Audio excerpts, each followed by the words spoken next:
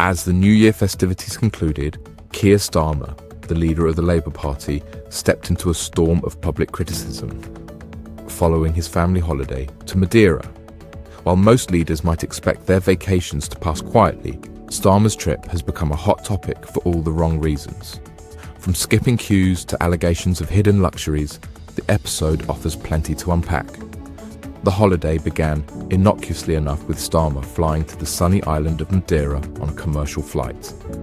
At first glance, this seemed like an attempt to avoid public backlash.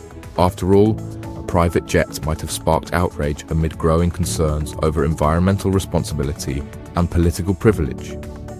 Yet, it was his actions on the island that raised eyebrows. Reports emerged of Starmer and his family skipping a 3-hour-long queue for a popular toboggan ride, leaving waiting holidaymakers feeling aggrieved.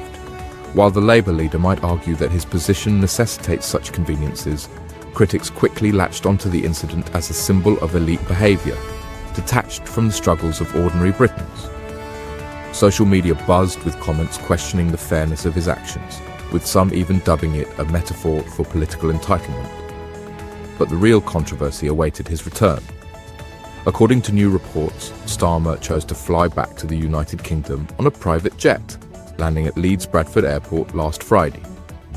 The flight, believed to have been funded by a Labour donor, has reignited debates about transparency and the influence of private money in politics. Critics argue that while Starmer may have started his trip with a commercial flight, the return leg paints a different picture, one of luxury and exclusivity. Adding intrigue to the story, it's been revealed that Starmer stayed in a private villa in Madeira, booked through an unnamed island company. The secrecy surrounding these arrangements has led to speculation that the Labour leader was deliberately attempting to avoid media and public scrutiny. Was this a genuine desire for privacy, or an effort to hide the privileges that accompany political clout? While Starmer's team has remained tight-lipped about the holiday's finer details, critics argue that such actions undermine Labour's claims of being a party for the people. The timing couldn't be worse, as many Britons struggle with the cost of living crisis. The juxtaposition of political leadership enjoying luxury holidays, while citizens tighten their belts, has only amplified public discontent. The debate doesn't stop there. Environmental advocates have also weighed in, pointing out the hypocrisy of flying private jets while espousing policies aimed at combating climate change. Labour's green credentials are now being questioned, with some asking whether Starmer's actions align with his party's rhetoric. Of course, there are those who dismiss the controversy as a manufactured storm in a teacup.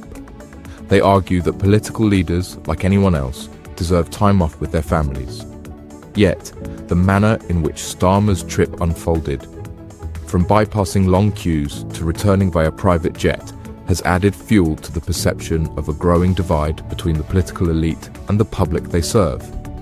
The optics of this situation could have long-term implications. For a leader positioning himself as a credible alternative to the current government, maintaining trust and relatability is essential. Starmer's critics are now questioning whether his actions align with the values he claims to champion. This incident is also a reminder of the unique pressures faced by public figures. Every decision, from travel arrangements to leisure activities, is scrutinized under a microscope. Yet, it's precisely this level of scrutiny that keeps leaders accountable. What do you make of Keir Starmer's holiday and the revelations surrounding it? Is this a case of much ado about nothing, or does it highlight deeper issues within the Labour Party's leadership? Share your thoughts below as the debate continues to unfold.